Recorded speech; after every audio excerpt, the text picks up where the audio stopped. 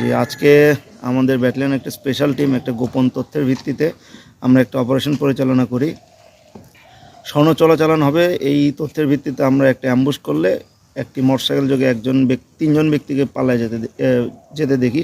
সেখান থেকে একজনকে ধরতে সক্ষম হয় মোটরসাইকেল সহ।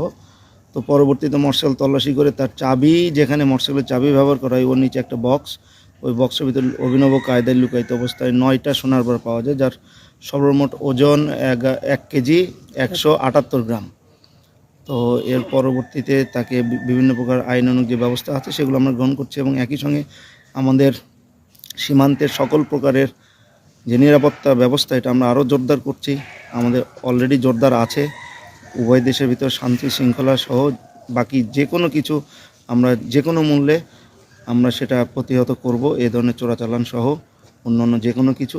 এছাড়াও আমাদের আজকের আরেকটা সাকসেস আছে, সেটা হলো মুজিবনগর এবং নাজিরাগোনা বিওপি অনেক বিপুল পরিমাণে শাড়ি, 3 পিস এবং শীতের গায়ের চাদর জব্দ করে। তো এ নিয়ে আমরা আমাদের সর্বোত্তম চেষ্টা দিয়ে আমরা আমাদের সীমান্তের সর্বোচ্চ সুরক্ষা নিশ্চিত করার জন্য বদ্ধপরিকর।